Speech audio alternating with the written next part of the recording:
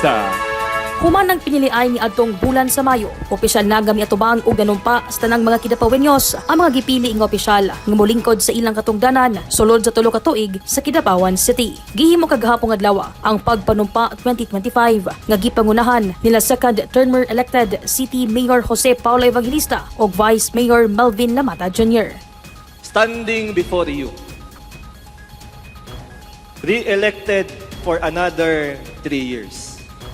And I will show to you, Kidapawan City, nga ang gugma ko kanimo, why sukod.